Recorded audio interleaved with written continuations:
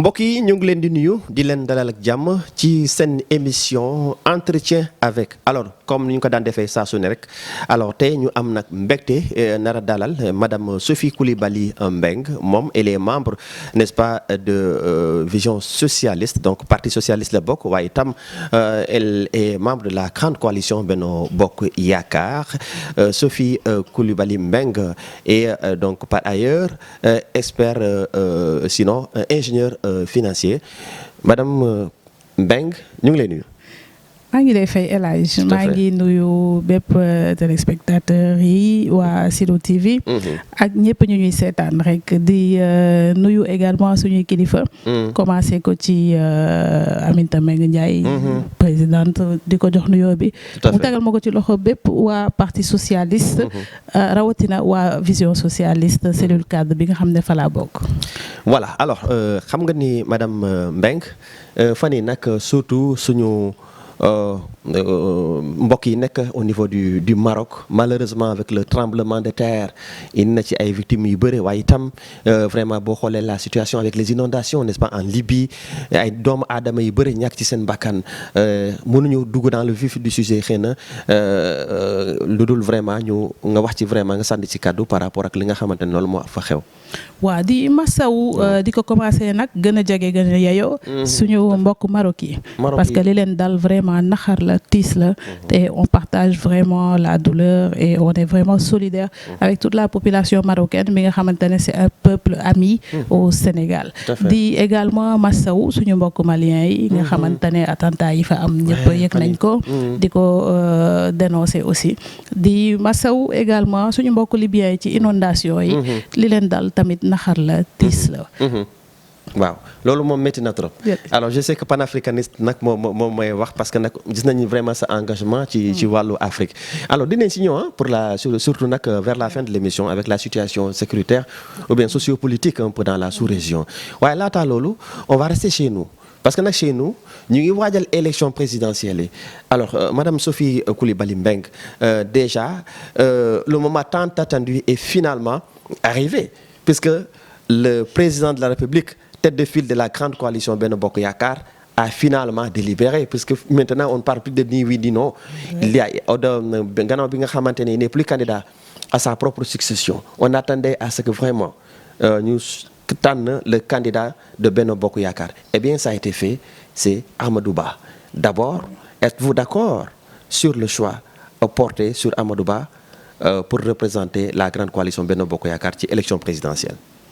waaw El Hadj damay kontaan ci question bi trop parce que dama ci profiter sargal suñu kilifa bi nga xamante ne mooy le président Macky Sall mooy président Benno Bokk Yaakaar bi nga xamante ne on lui a fait confiance suñuy kilifa yëpp ci suñuy kàddu ñun parti yi nga xamante ne ñoo seq coalition bi ñu joxoon leen suñu kàddu rawatina suñu kilifa Aminata Mbengue Ndiaye bi nga xam ne ñun parti socialiste dañ ko joxoon carte blanche ne ko na dem waxtaan ak kilifa Benno Bokk Yaakaar bi nga xamante ne moom si boppam dañ ko joxoon carte blanche ne ko nañu tànnal loolu nag oo kóolute moo ñu ko may suñu diggante ñi nga xamante ne ay jëfam dafay méngoog ay kàddoom tout le temps saa su ne te loolu lu am importance la ci homme politique ndaxte bu fekkee say jëf day méngoog say kàddu day tax nit ñi gën la wóolu loo def ñu xam ne da nga koy def ci yoon d'ailleurs il n'a pas déçu parce que la démarche inclusive bi nga xamante ne moom na adopté dans le processus de choix jël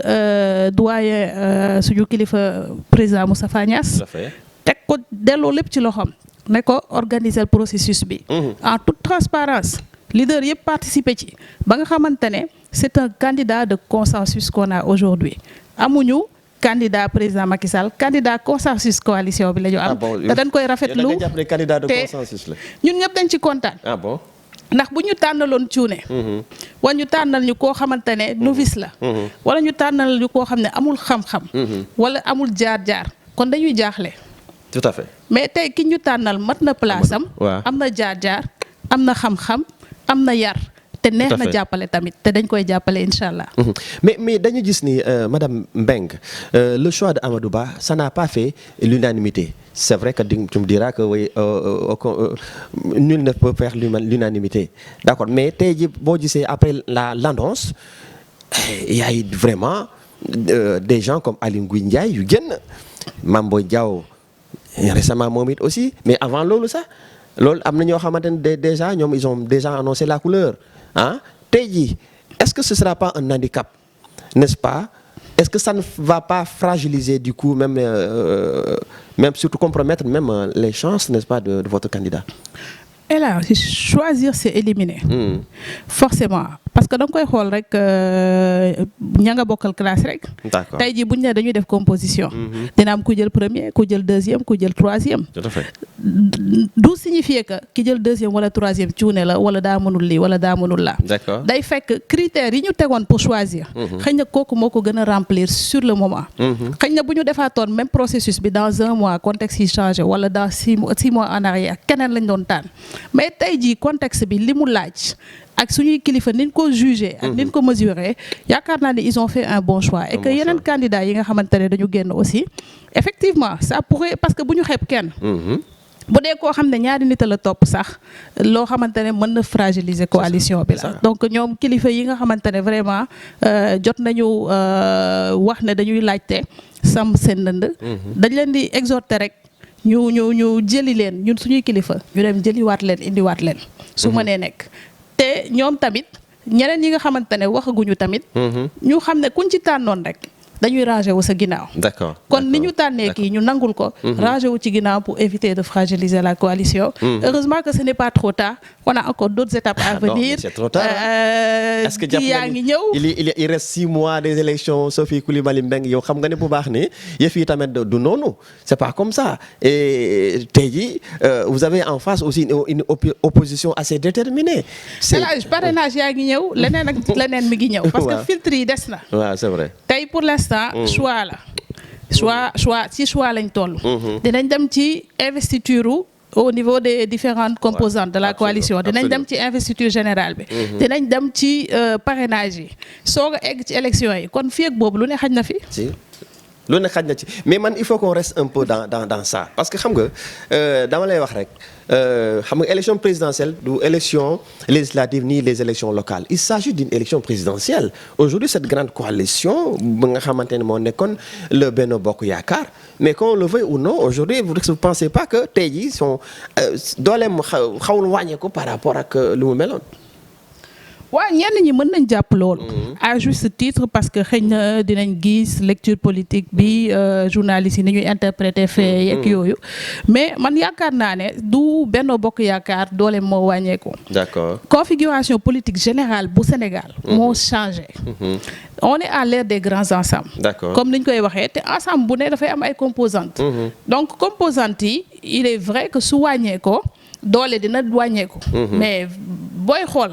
ñi ñu jàkkaar lool tey ji fépp la doole wàññeeku ndax amatul benn ensemble bi nga xamante ne ni ñu ko jëlee woon 2019 noonu la egsee 2024 c'est vrai et maintenant la personne même de Amadou Ba aujourd'hui tey madame Mbengue ban qualité wala ban lan nga gis wala bokk lan ngeen gis vraiment ci Amadou Ba vraiment ngeen tànn ko pour mu doon seen candidat. waaw man damay rafetlu choix bi. D'accord. waaye ñun li ñu gis ci moom duñ ko wax parce que du ñun ñoo tànn Amadou Ba. une fois de plus dañoo joxe carte blanche suñu kilifa. D'accord. moom moo tànn Amadou Ba. ci biir processus bi nga xamante ne dafa associé ñeneen ñi. D'accord. donc sur la base de critères yi nga xamante ne. les critères étaient plus ou moins connus. dañu ne woon que dafa war a nekk un candidat de rassemblement. koo xamante ne buñ ko tegee tey am na lu mu mën a apporter en termes de cohésion en termes de toute la coalition ah. Tout à fait. yaakaar naa ne jusque là matale ne ko parce que les différentes sorties médiatiques yi ñu gis aussi cadres yi di def. yu ñu gis base yi di def. dal na xel. alors léegi nag yéen parti socialiste ngeen foofu nag foo ma taxaw foofu parce que nag xam nga madame Mbengue c'est le parti socialiste du président Senghor c'est le parti socialiste du président Abdou Diouf. bu ñu waxee parti socialiste xel yi yëpp dem ci Ousmane Tanor Dieng xel yi yëpp dem ci ñu mel ni ay ñoom Aminata Mbengue Ndiaye y avait voilà c'était un grand parti mais man mënuma comprendre mais lan mooy finalement quel est l'avenir même du parti socialiste parce qu'à chaque fois vous vous rangez n'est-ce pas derrière n'est-ce pas un candidat aujourd'hui quel doit être vraiment l'avenir même de ce grand parti là boo xamante ni tey jii vraiment kenn comprendre ko daal. waaw yow question bi nga posé dafa am rétrospection am projection. Donc tey jii non parce que dama jaaxal un grand parti socialiste c'est un grand parti et ça demeure un grand parti parce que 40 ans de pouvoir du ay caaxaan. Donc c'est un parti quand même qui a su conserver le pouvoir et rester devant la scène pendant 40 ans. ñeneen nangul ko jàppale ko ci liggéey bi aussi. C'est un parti qui a connu l'opposition. Tey jii c'est un parti qui rejoint encore le pouvoir dans une coalition. Donc pour l'avenir du parti, on est confiant. On est confiant parce qu'un parti quand même qui n'a pas qui est avec le pouvoir, qui est dans une coalition, qui arrive à recruter des gens propres. Moi-même, je suis arrivée dans ce processus de recrutement des cadres. Donc d'autres cadres émérites ont rejoint le parti. Les bases, on est en train de les élargir. Donc il n'y a pas d'inquiétude de ce point de vue-là parce que c'est un appareil. Vous êtes resté l'appareil se renouvelle. Oui, mais vous êtes resté plusieurs années sans avoir de candidat. Moi, c'est là où je pose, c'est-à-dire c'est là où ça m'inquiète et je ne suis pas le seul. Tey jii par exemple le Parti socialiste, encore une fois, tey est-ce que war na toll ci période bi vraiment 2 élections successives amuñu candidat. Pour un parti bu mel ni nous avons un candidat. Vous avez des cadres, vous avez en tout. L'occurrence, le candidat s'appelle monsieur Amadou Ba. Maintenant, il n'est pas du Parti socialiste. Oui, mais il n'est pas dit que le candidat doit être du Parti socialiste. Oui, nous avons opté pour être dans une coalition. Oui, d'accord. Ça a son sens. Oui, mais c'est-à-dire quand on accepte d'être dans une coalition, n'importe qui peut être candidat dans la coalition.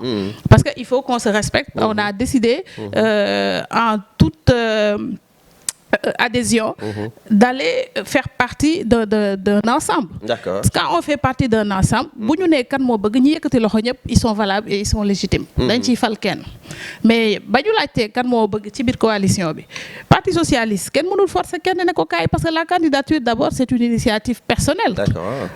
Parce que tey bu fekkee ne gisuñu kenn koo xamante ne moom sentir na ne pare na ba bëgg na laajte kenn mënu ko forcer tamit. Parce que dañuy jàpp ne ñun fa ñu bokk. nañu dooleel fa ñu bokk parce que ñi ngi ci biir. D'accord. dara mënuñu ci beddi wala seppi ñu ba ñuy mën a xalaat ne candidature bi socialiste rek la mën a nekk. D'accord waaw loolu moom bon de toute façon on va pas trop s'attarder là-dessus parce que xam naa ni moom pour nga convaincre ma ci day xaw a jafe man vraiment c'était ça mon problème quoi mais bon comme yéen déjà xam naa ni moom fii ba 2029 rek bon après ngeen am candidat y a pas de souci ah. ñun li ñu ci intéressé xam nga lan la. c'est de pouvoir véhiculer notre idéologie.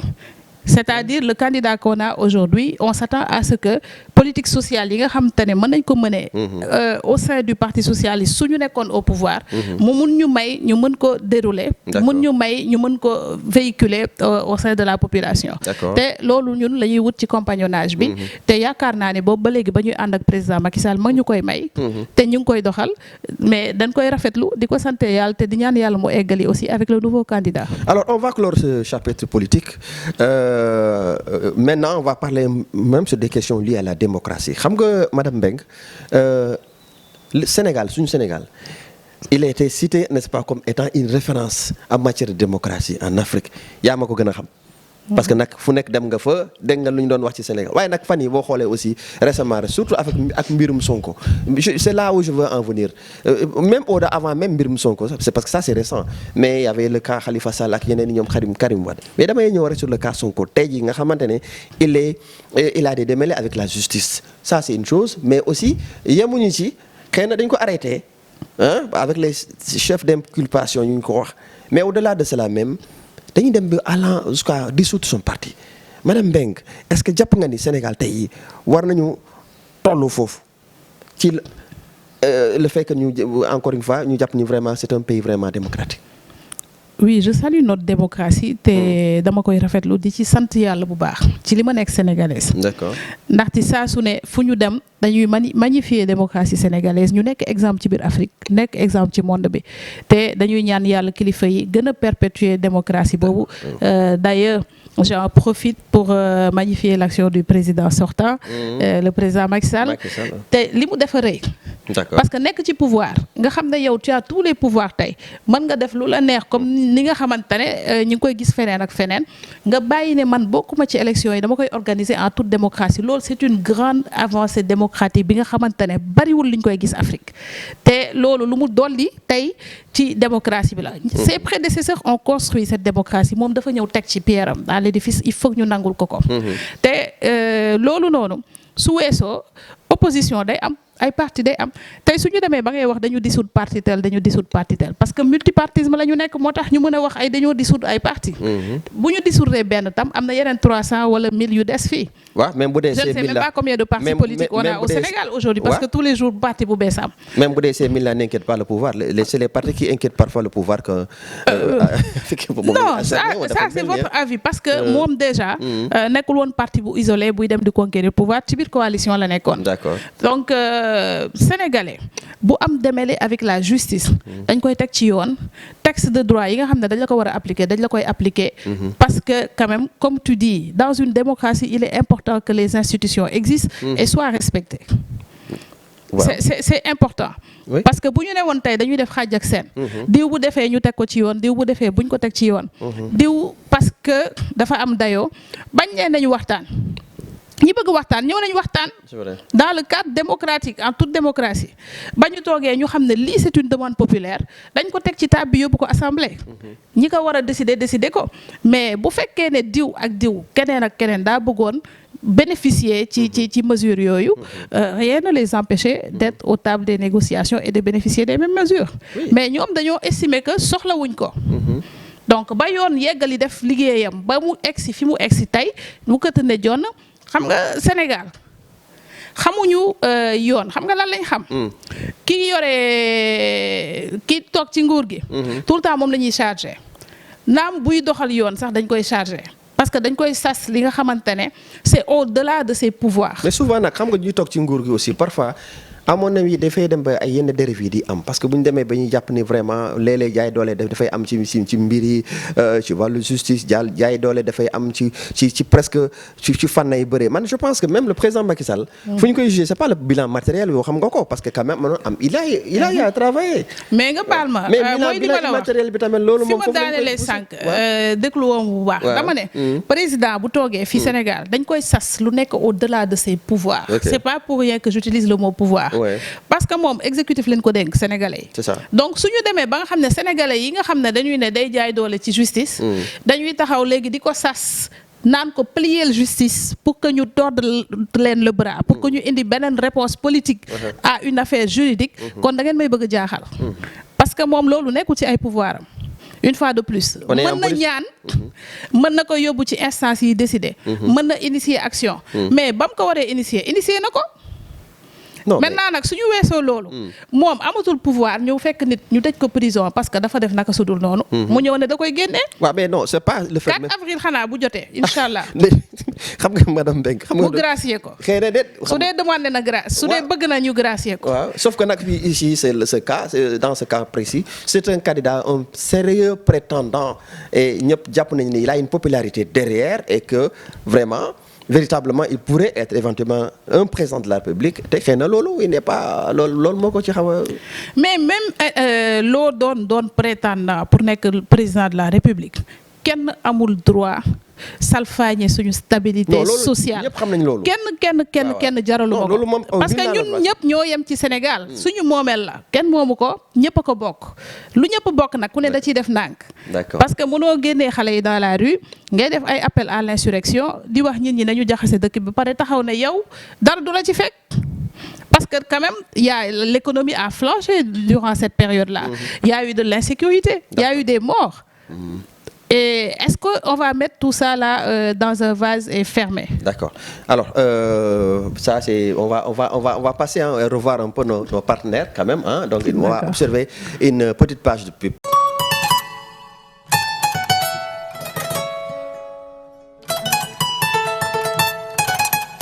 Depuis sa création, Famabi s'est déployée dans le secteur de la commercialisation des produits pétroliers et de leurs dérivés.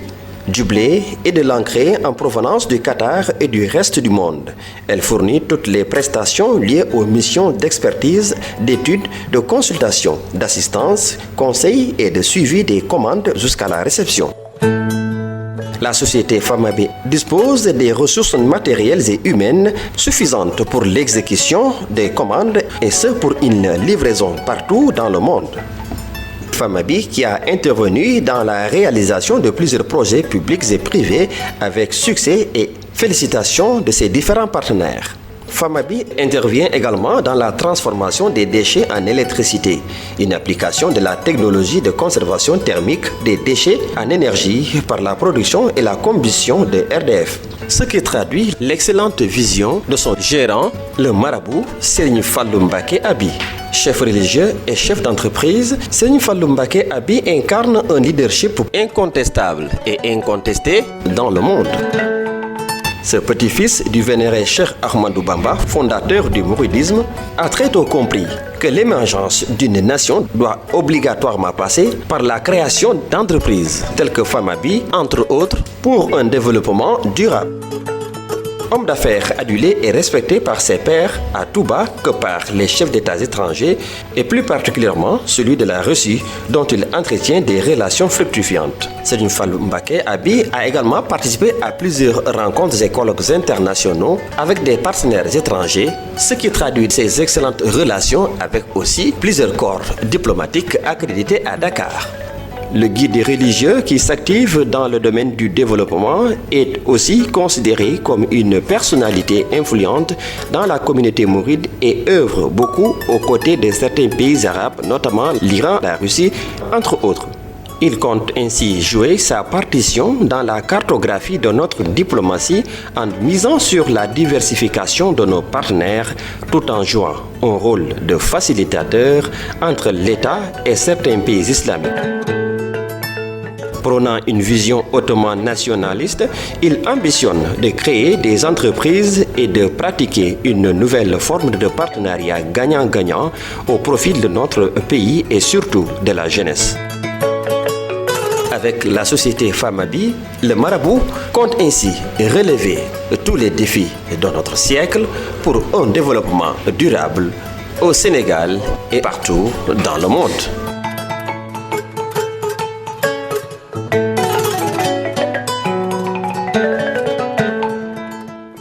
Voilà, merci beaucoup. Merci donc un clin d'œil à nos amis donc de la société Famabé. Il faut aussi dire que au-delà même du pétrole et du gaz, ils s'activent également dans d'autres domaines, notamment justement dans la vente, n'est-ce pas, de terrains bien viabilisés, mais également de maisons. Donc à Mbao et un peu dans plusieurs secteurs vraiment ñu ngi leen di nuyu bu baax. Ce sont nos partenaires. Alors je rappelle que tey suñu invité bi mooy madame Sophie Coulibaly Mbeng, moom elle est membre de Vision socialiste. Elle est également donc de la mouvance présidentielle Benno Bokk Yaakaar, waaye itam ingénieur financière la. Xëy na tey du ñu wax ci mbirum finance, une prochaine fois on va en parler. Alors il nous reste ma fay signe que léegi temps bi jeex, waaye on va parler tout à l'heure. Maa ngi la doon wax ni vous êtes également panafricaniste te aussi tey jii il y a la situation, n'est-ce pas, qui inquiète surtout en Afrique de l'Ouest, la situation sociopolitique. Il y a eu beaucoup de coups d'État. En tant que femme africaine yow noo ban jàngat nga ci am? waaw mooy li ma wax sànq rek El Hadj coup d'état yi dama koy ñaawlu déjà. Dama koy ñaawlu ndaxte ñun fi ñu egg, bien vrai que j'ai l'habitude de le dire, nous ne sommes pas encore des démocraties abouties. C'est ça. Parce que nous sommes dans un processus d'apprentissage de la démocratie. Mais suñu nekkee processus d'apprentissage dañ koy nangu. C'est ça. te aussi population bi accompagne si ay dirigeants yombalal leen processus yi. Parce que tey bu ñu demee ba un pays comme le Niger, je le cite, muy am ay coup d'état, muy am même bëgguma lim parce que boo ci lim doo ci jóge tey ji presque pays yëpp am nañ fi coup d'état. Gabon mu ngi fi, Mali mu ngi fi, Guinée. Gabon sax sori nañu, mais boo jëlee ay Guinée, boo jëlee Guinée Bissau, jël Burkina, jël Mali, jël maanaam presque dëkk yi ñu wër ñëpp am na fa ay coup d'état. Mauritanie amoon na fi. Donc ñëpp daal maanaam tey ji je touche du bois. Sénégal moo ko fi amagul. waaw c'est ça. voilà Côte d'Ivoire sax jaar nañ ci. c'est ça. donc buñ ne loolu dama koy naxarlu vraiment di ko naxarlu di ko ñaawlu parce que nguur kenn ko ñedd. ndax ay nit bu ñu seqi mbir décider ci ne constitution bi moo ñu tënk ni lañ koy doxalee ak na la lañ koy doxalee waaye ku ci nekk na am grandeur ak maturité bi président Macky Sall am. bi président Abdou Diouf am. bi président Ablaye Wade am. ak président Senghor. dañuy toog ba mu jeex ñu jóg dem xam ne lii jeex na soit par les urnes soit par une initiative personnelle. mais ak nu mu mënti demee rek buñ fa eggee ba ci cëppaandaw bi nga xam ne les intérêts supérieurs de la nation. doivent primer sur les intérêts personnels. tout à fait mais xam nga foofu yaa ngi wax le mot constitution souvent dans ces pays ña ci bëre dañuy jàpp ne vraiment dañuy aussi tripatouiller la constitution dirigeants yi dañ koy def si bien que population bi xawee dafa leen di révolter loo parce que quand on essaie de modifier la constitution dans l'unique but de se maintenir au pouvoir xam nga loolu tamit en Afrique ça déchire quoi te boo xoolee les coups d'état récents il y a une forte adhésion de certaines des populations sur place si je prends par exemple le cas du Niger quoi. Bon, forte adhésion des populations, c'est trop dire. Parce que... En tout cas, loolu la ñuy gis nañ ko Mali nañ ko Guinée il y a même maintenant un sentiment anti-français xam naa ni. Non, pas l'adhésion au coup d'État. Non, moi je ne suis pas d'accord. Parce que coup d'État moom kenn ñaanu ko yàlla. c'est ça parce que ku sañoon da ngay dem urne et que ki toog jóg en toute responsabilité xajal keneen. dëgg la mais ñoom peut-être que ils ont poussé et qu'ils n'ont pas obtenu ce qu'ils voulaient par les urnes. moo tax ñu mën a def ni ñuy def mais yaakaar naa ne gënalul kenn. D'accord. ku sañoon tamit da ngay rester dans un processus de stabilité. parce que ak lu ñu mënti wax. coup d'état day déstabiliser réew. Ça donne une mauvaise image déjà à l'international. Confiance au bailleur de fonds yi day wàññeeku te même au niveau interne day am instabilité sociale bu doy waar day am division du peuple parce que ñii dañuy féete fii ñii féete fee wóolonte kóolute du am si biir économie bi. donc dafay fragiliser réew mais réellement lu ñu war a moytu la. d'accord alors peut-être que fàttewoon naa ko wax dans le chapitre politique mënoon naa ko ci wax waaye ba tey rek mieux vaut tard que jamais parce que nag jigéen ñi aussi ci élection présidentielle yi xam naa ni bi yoon moom dañuy retenir vraiment les candidatures parce que gis nañu vraiment des initiatives Anta Babacar Ngom mu ngi nii donc et c'est l'occasion pour man aussi de rendre hommage à Marème Wane Ly parce que moom moo njëkkoon initier loolu. Et je pense que tey jii loolu tamit ça peut changer la donne hein. Je pense qu'il faut les encourager les candidatures féminines parce que ça change le paysage politique.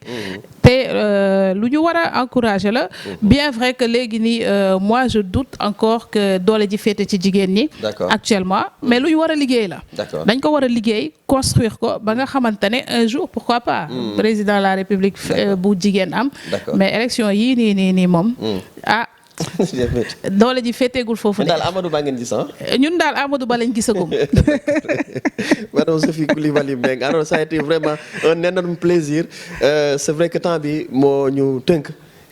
Sinon on aurait pu parler de beaucoup de choses ci lu jëm ci wàllu sa domaine bi économie parce que nag vraiment loolu c'est important pour que les gens parlent mais je pense que prochainement xam naa bu ñu ñëwee on va parler que des questions économiques. mais au moins sànni ci benn kàddu saluer avancée économique yi nga xamante ne vraiment Banque mondiale FMI génne nañ chiffres yi une croissance de plus 8% wax dëgg yàlla dañ koy rafetlu. dañ koy rafetlu te di encourager suñu équipe gouvernementale bi nga xamante ne gàcce ngaalaama sous la houlette du président Macky Sall te di ñaan yàlla mu gën a jëm kanam. Amin alors xanaa rek dañ koy tënk foofu rek nga wax sa kàddu bu mujj rek. waaw kàddu bu mujjee maa ngi rafetlu processus démocratique bi nga xamante ne Sénégal foofu la ñu dugg. te di ñaan yàlla niñ ci duggee ci bisimilahi rahmaani rahim. ñu génnaat ci alhamdulilahi rabil alamin comme niñ ko doon defantee rek. niñ ko doon defee na woon fa woon. te di ñaan yàlla tamit 2024 incha allah. Amadou Ba sénégalais yi def ko confiance. jox ko réew mi. ndax ñu doxal ñu ne ko waa parti socialiste. ak benn bokk yaakaar yëpp il faut ñu xaar yéen seen candidat man daal balaa nga may convaincre non ma gis un candidat vraiment du parti socialiste mais comme boobu amagul y a pas de problème y a pas de souci hein.